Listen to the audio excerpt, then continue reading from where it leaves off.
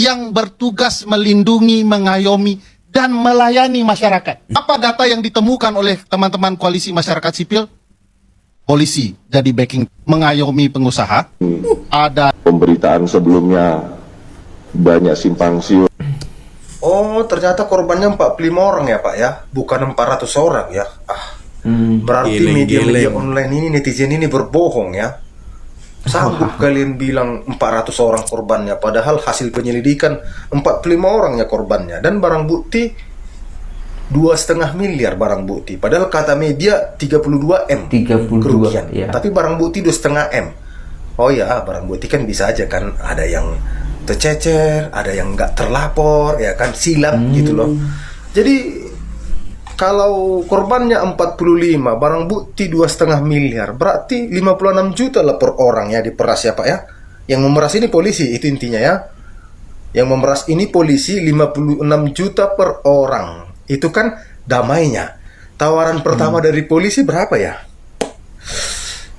Nah, berarti sekarang kalau ada berkasus kita dengan hukum, kalau mau damai, mau lepas dari hukuman 50 juta. berarti 50 juta sekarang pasaran damai Pak ya.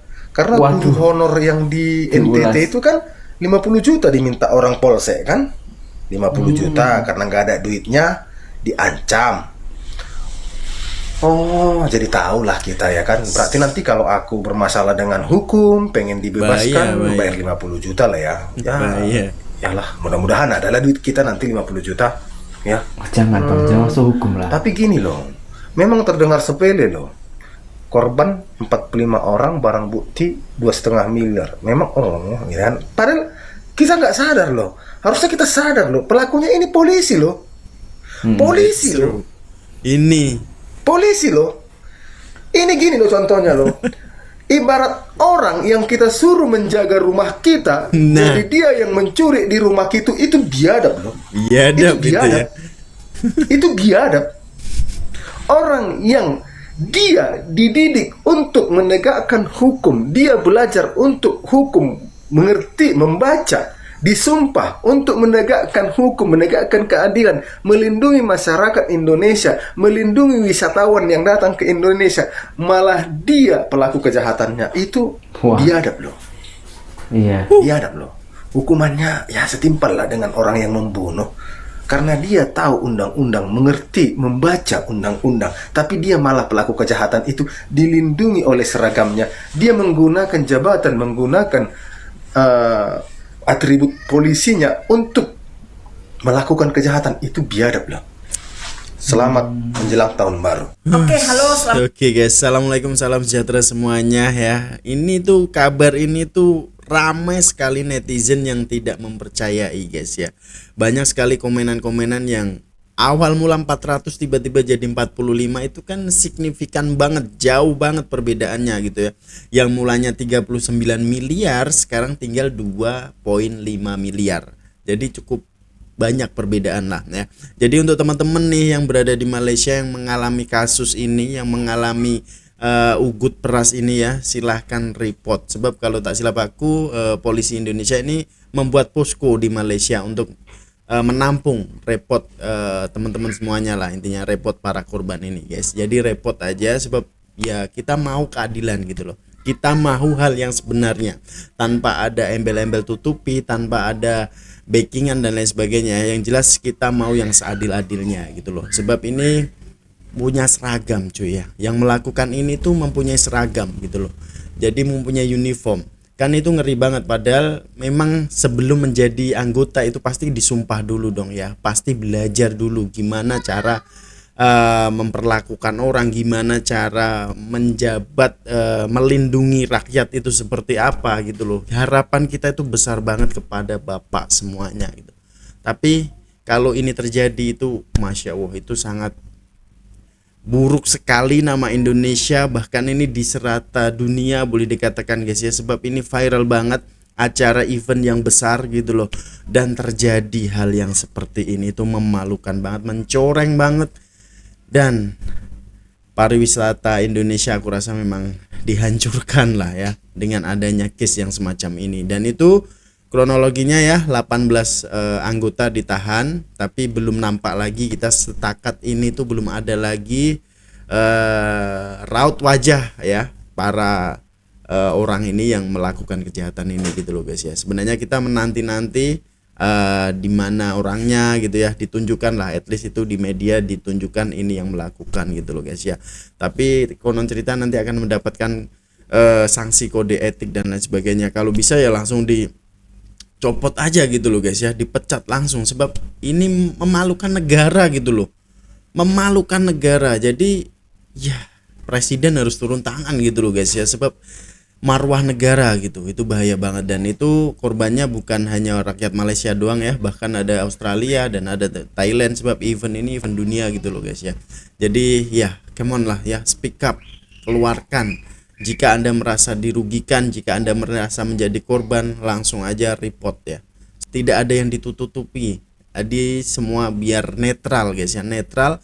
Rakyat juga merasa puas dengan apa yang telah dilakukan gitu loh guys ya, para polisi ini. Jadi semoga polisi juga bertindak dengan tegas, dengan ikhlas, dengan jujur sejujur-jujurnya. Itu harapan kita semuanya guys ya. Lanjut. Selamat petang, aku baru bangun tidur petang ya. Hari ini aku badan tak sehat. Aku nak menjelaskan kronologi kenapa sampai polisi di Indonesia memeras beberapa rakyat Malaysia yang sedang mengikuti festival konser di Indonesia ya. Agar tak terjadi berita kesimpang siuran ya. Aku sebelum buat satu konten ni, aku cari dulu kebenaran, aku tengok dulu berita-berita tu ya, sahih tak, baru aku akan up. Begini. Pemerasan itu terjadi ya, bukan dia langsung pau macam tu ya. Tapi polisi Indonesia membuat tes urin ya sebelum masuk ke konser tu ya. Logik tak logik, dari 400 yang dites urin semua kena, semua sangkut. Di sini kesalahannya ya. Oke lah kalau yang sangkut tangkap ya, ini masalahnya ya. Yang clean urine pun kena pau, di situ masalahnya ya. Jadi jangan cakap berita ni berita hoax ya, yang benar benarkan, yang salah salahkan ya. Iyalah. Jadi sangat memalukan lah aku rasa. Tengok berita benar-benar ya, jangan cakap ini berita hoax ya.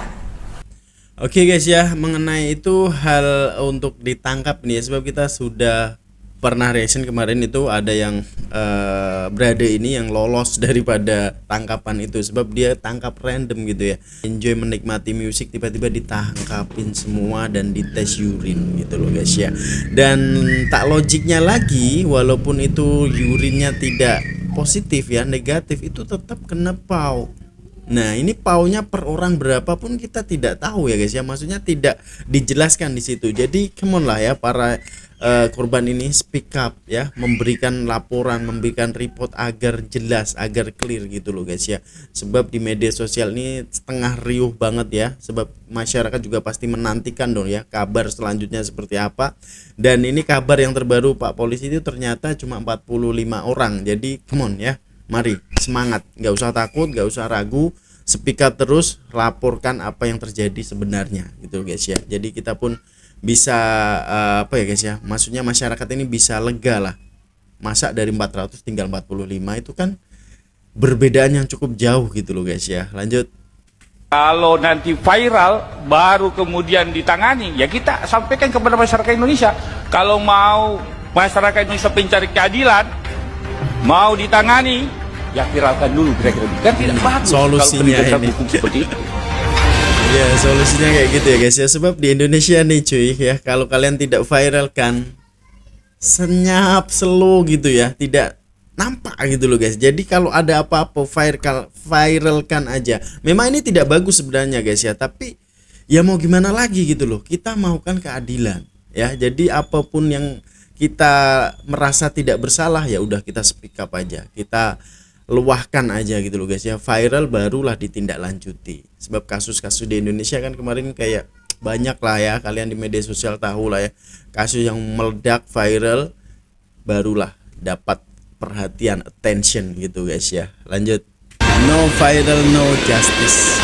Pak Kapolres yang saya hormati, ini kita ditonton oleh masyarakat Indonesia saya kira, dan ini juga kami tujukan kepada seluruh jajaran anggota Polri bahwa kalau kemudian laporan masyarakat yang mungkin masyarakat ini dari kaum marginal, ini kita prihatin pimpinan.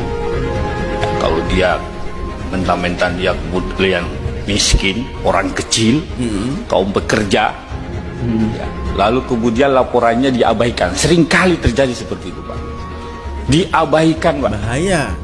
Sehingga ini Nggak yang adil, mencoreng, menjatuhkan kepercayaan masyarakat kepada Polri. Kita sayang kepada Polri, Pak. Kita cinta kepada Polri, Pak. Benar.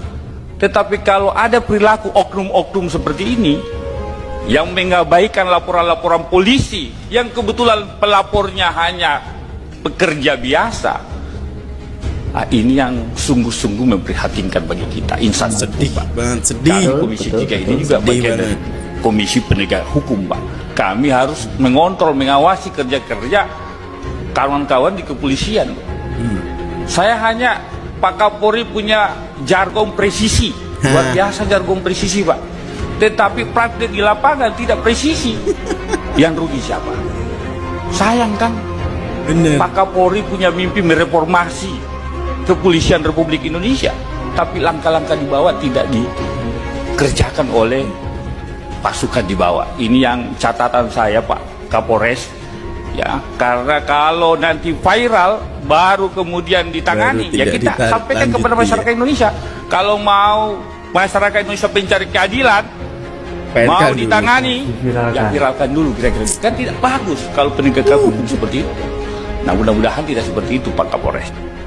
Bahwa Oke guys ya, kita ini ya kaum marginal ini intinya kaum menengah ke bawah gitu loh guys ya. Jadi jika repot di kepolisian itu tidak ditanggapi.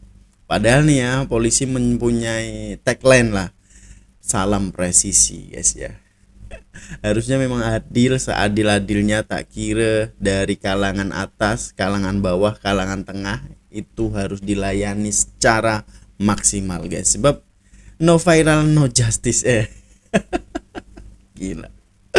Tapi memang benar cuy ya, memang benar kita rasakan ya, kita rasakan selama ini itu cuy ya. Kalau tidak viral aja tidak dapat attention, tidak dapat perhatian, tidak langsung ditangani oleh pihak berwajib ini. Jadi ya kita ini cinta kepada polisi kok, kita sayang kepada polisi. Jadi harapan besar kepada masyarakat Indonesia itu pasti jika ada apa-apa mengeluhnya sama siapa gitu loh, ya sama kepolisian guys, ya sama kepolisian. Jadi please lah Pak, please hargai kita semuanya ya. Kita ini semua sebagai rakyat Indonesia harus dilayani dengan setulus hati ya, walaupun kita dari menengah ke bawah, anggap aja itu sama aja lah layanannya, harusnya seperti itu. Kecuali ini ya dengan pihak bank ya, pihak bank mungkin ada pihak bank yang prioritas, nah itu beda dong ya, memang pelayanannya pasti beda sebab kita menyimpan uang di situ gitu loh. Tapi kalau dengan kepolisian nih, polisi yang gaji siapa ya, kembali lagi juga rakyat gitu, rakyat dengan senang hati membayar pajak dan lain sebagainya, itu ya untuk bapak-bapak semuanya gitu loh ya. Dewan Perwakilan Rakyat itu juga dari rakyat. Jadi please lah ya, sama kita jaga kita lah, intinya seperti itu guys ya. Jadi jangan sampai bahwa kita ini menengah ke bawah kelasnya langsung tidak diladenin ataupun tidak diangkat kasusnya. Itu kan sedih banget, ngeri banget gitu loh Pak ya. Kita harus mengadu sama siapa Pak ya? Harapan kita ya Bapak polisi sebelum kita naik lagi gitu loh guys ya. Apapun kalau hal terjadi kecil, dari segi kecil ataupun besar, ya kita lapornya ke polisi gitu loh. Aduh. kepolisian adalah alat negara ya, dalam hal keamanan dan ketertiban yang bertugas melindungi, mengayomi dan melayani masyarakat. Nah, setuju. Melayani masyarakat, Setuju. mengayomi masyarakat. Apa data yang ditemukan oleh teman-teman koalisi masyarakat sipil? Polisi jadi backing tambang, mengayomi pengusaha, ada di Sulawesi Tengah, di Poso, ada di Kalimantan, ada di Sumatera Barat. Alat negara yang ditugaskan untuk melindungi, mengayomi, melayani masyarakat, sekarang sudah melayani para pengusaha. Tanpa teman-teman DPR kemana? Bang Nasir Jamil yang foto profile WA-nya bersama Kapolri di mana? Nah, ini ada yang bersuara nih. Setuju Jangan, aku, tidak Bang. perlu dibuktikan, Bang. Setuju Bang ini, Bang. Tinggal di searching saja. Saya heran kalau tidak ada anggota DPR yang berani bicara soal reformasi kepolisian dengan satu contoh kasus ini saja. Padahal kasus Al Sabton itu dia bicara seorang kulit hitam yang dibekuk oleh kepolisian. Satu kasus membuat heboh satu Amerika bahkan dunia. Soal reformasi kepolisian. Bener-bener. Sekarang dulu ya. banyak sekali teman-teman kepolisian yang menjadi begini. Data penelitian yang sama menjelaskan bahwa kepolisian juga berbisnis di dalam BBM misalnya, kasus di Papua dan lain-lain menjelaskan itu. BBM hilang di muka bumi, polisi adalah pelindungnya. Padahal polisi mestinya memastikan BBM bisa sampai ke publik. Harusnya ya. Lalu anggota DPR bilang, masih baik. Saya pikir apa yang disampaikan oleh senior kita Pak Arianto Sutadi tadi, 25 tahun polisi berbenah, 10 tahun belakangan gelombang pasak datang, gelombang besar datang, menghancurkan cita-cita dan reformasi kepolisian itu. Di tangan siapa? Di tangan orang yang tidak ingin lagi disebut oleh Bang Deddy, bahkan tidak ingin dalam mimpinya hadir, yaitu Presiden Joko Widodo. Dia merusak institusi polisi, tidak bicara dari segi layanan terhadap publik. Tapi polisi sekarang sudah menjadi backing politik. Kalau cinta kepolisian, saya tidak tahu kenapa saya terjebak di antara dua orang ini yang merupakan keluarga kepolisian. Kalau ingin saya pakai, saya cucu seorang polsek, kapolsek. Kalau boleh juga ingin bicara betapa cintanya saya dengan kepolisian. Tapi saya terjebak dengan dua orang ini. Dan saya ingin mengatakan, kalau kita ingin cinta kepada polisian, benar-benar ingin institusi ini baik, lakukan perbaikan terhadap polisian. Sudahlah, cacatnya banyak. Kasus Alfi di Sumatera Barat, pembunuhan siswa di Semarang, bagaimana salah tangkap di berbagai kota besar, apa yang dilakukan terhadap demonstran di 2019. Lalu kita masih bicara bahwa masih ada baik-baiknya. Yang baik-baik banyak. Yang lebih tidak baik, lebih banyak. Saya ingin cerita satu kisah menarik pengalaman pribadi sebelum bicara apa yang harus kita lakukan ketika bicara polisi di dalam ruang politik. Setiap pagi, 10 tahun yang lalu, saya mengantar anak saya sekolah. Ada satu simpang, Bang Karni tahu ini. Simpang SMA 4, Kota Padang. Setiap pagi, ada seorang polisi dengan baju lusuhnya mengatur lalu lintas. Padahal dia bukan polisi lalu lintas. Dan tidak pernah satu kali pun dia minta bayaran. Di satu pagi yang lebih rinai, ya, hujan, saya lihat polisi itu masih berdiri sama, teguh. Dengan baju lusuh. Baju lusuh. Saya yakin ini polisi pangkat kecil, saya tidak lihat pangkatnya. Saya cerita dan tanyakan ke istri saya, karena ibu mertua saya adalah seorang guru di SMA 4. Sejak kapan polisi itu dalam hujan rinai melayani publik? Gerimis. Rinai itu bahasa Indonesia juga, Bang. Tapi banyak sudah yang tidak tahu ya, terutama Gen Z ya. Rinai itu gerimis. Ya. Renyai-renyai. Jangan terlalu puitis dan teatrikal seperti abang saya tadi. Dia hujan gerimis turun dan ditanya, "Siapa polisi ini?" Dia bilang, "Ini semenjak dia mengajar di SMA 4 sudah ada polisi ini." Wow. Orang-orang baik Tanda inilah jasa oknum. ini. Beliau, Arianto Sutadi, dan Hugen. The new year just a minute away.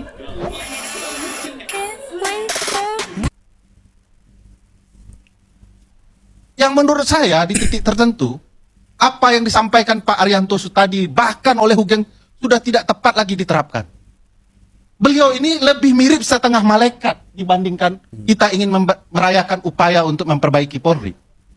Hugen pernah mengatakan, jujurlah kepada seluruh polisi ya, karena kita masih bisa makan nasi dan garam. Ini nggak pakai lagi di dalam upaya reformasi Polri. Kalau ingin mereformasi Polri, pastikan kesejahteraannya. 126 triliun yang dianggarkan itu, apakah menciptakan kesejahteraan bagi kepolisian? Nonsen. Yang Anggaran menikmatinya besar adalah orang yang berpangkat tinggi. Oh, Yang jadi backing, yang jadi vendor dan lain-lain. Pertanyaan sekarang, apakah benar ada isu partai coklat, parcok? Iya, Karena ini kami menyebutkan isu berat di ini. dalam kecurangan pemilu presiden 2024, teman-teman kepolisian tiba-tiba berganti, ada mutasi yang luar biasa menjelang pemilu presiden. Ditempatkan orang-orang tertentu yang diduga dekat dengan Kapolri gitu. Ngeri ya. Dan juga terjadi di pilkada. Saya bisa sebut Banten, Jawa Tengah, ada pergerakan-pergerakan teman-teman kepolisian. Ibu bapak perlu ketahui, selama pilkada 2024 di beberapa daerah, kepala desa dipanggil oleh kepolisian menjelang 27 November. Kasusnya dibicarakan soal penggunaan dana desa. Hebatnya, setelah 27 November tidak ada kasus yang naik. Tiba-tiba di pilkada Banten, kepolisian mengeluarkan indeks kerawanan pilkada versi mereka sendiri. Bukan mengikuti versi indeks kerawanan Bawaslu Provinsi Banten. Lalu dengan alasan itu kepolisian menempatkan orang-orangnya di berbagai TPS. Permainan Berapa apa jumlahnya? lagi ini? Seluruh aparatus itu jumlahnya 27.000, terdiri dari polisi 4.500, terdiri dari TNI 1.500, terdiri dari Limas 21.000. Data bahkan menjelaskan, teman-teman Tempo menjelaskan kemarin bahwa untuk gudang calon tertentu ada brimobnya, tapi gudang calon yang lain tidak ada brimobnya.